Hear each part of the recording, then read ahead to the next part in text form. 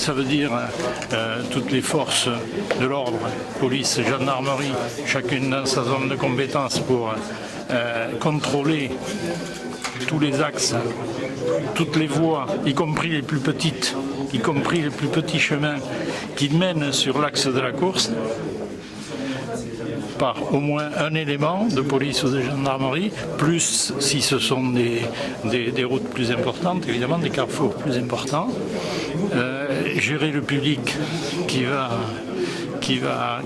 des spectateurs évidemment, et puis gérer l'organisation des secours, puisque il faut que les territoires vivent quand même le jour du passage de la course, et pour permettre que ce territoire vive, même s'il doit vivre dans des conditions un peu particulières, il faut aussi que les gens qui ont besoin de médecins puissent avoir ce médecin, les gens qui ont besoin d'une infirmière puissent avoir accès à ces services, et surtout il faut que les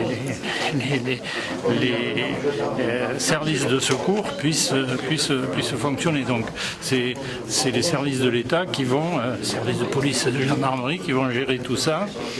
Rien n'est compliqué, je veux dire, il suffit de prévoir les choses et essayer de les anticiper autant que faire se peut, en sachant malgré tout que le tour se déroule évidemment sur la voie publique avec toutes les difficultés que ça peut représenter. Mais la force du tour, c'est qu'on s'appuie sur des arrêtés municipaux d'interdiction de stationnement, de circulation, arrêtés ministériels. Donc tout ça va dans le bon sens, et qu'on l'a senti aujourd'hui au travers de la réunion qui a eu lieu à Bergerac. Demain, réunion aussi à Périgueux et réunion finale en préfecture vendredi. Tout le monde va dans le même sens, il n'y a pas de distorsion. Le tracé va être définitivement figé pour nous, ici en Dordogne, vendredi. Nous avons une réunion à Périgueux vendredi qui va permettre de figer définitivement le tracé qui est aujourd'hui à peu près connu et qui ne va pas bouger, je pense pas.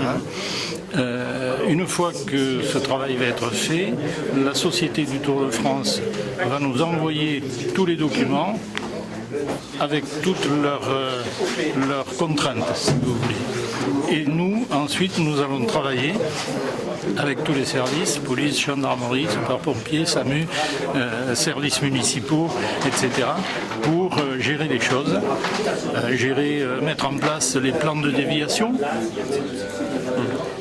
autour de l'axe de la course, mais aussi surtout autour des villes départ et arrivée, les plans de stationnement pour le grand public.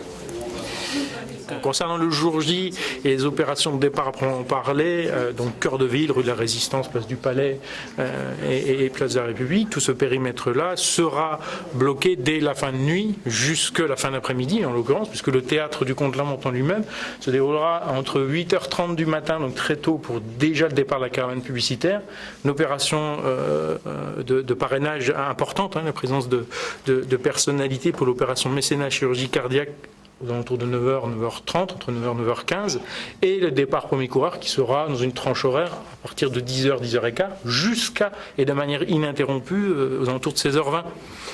La chance et l'opportunité qui est la vôtre, et on le voit à la vision de la carte du Tour, c'est qu'on a la dernière semaine du Tour qui est géographiquement proche, à l'échelle de la France, bien sûr, dans les Pyrénées. Et vous aurez la chance de bénéficier là-dessus.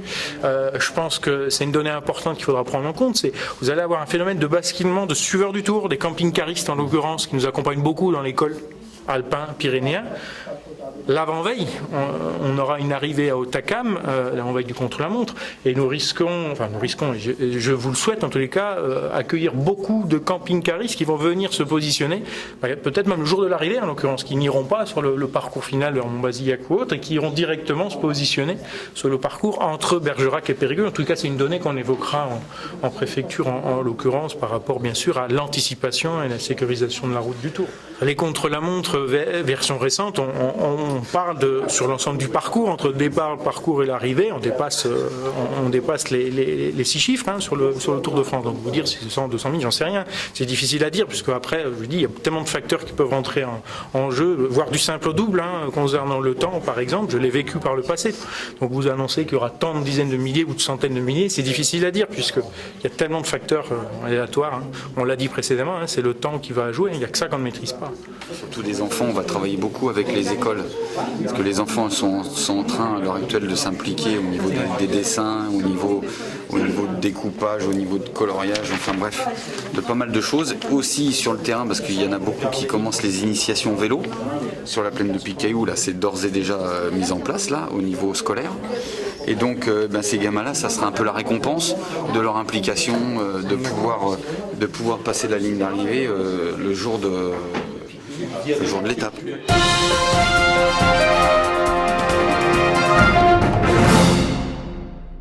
Tout le monde va dans le même sens, il n'y a pas de distorsion.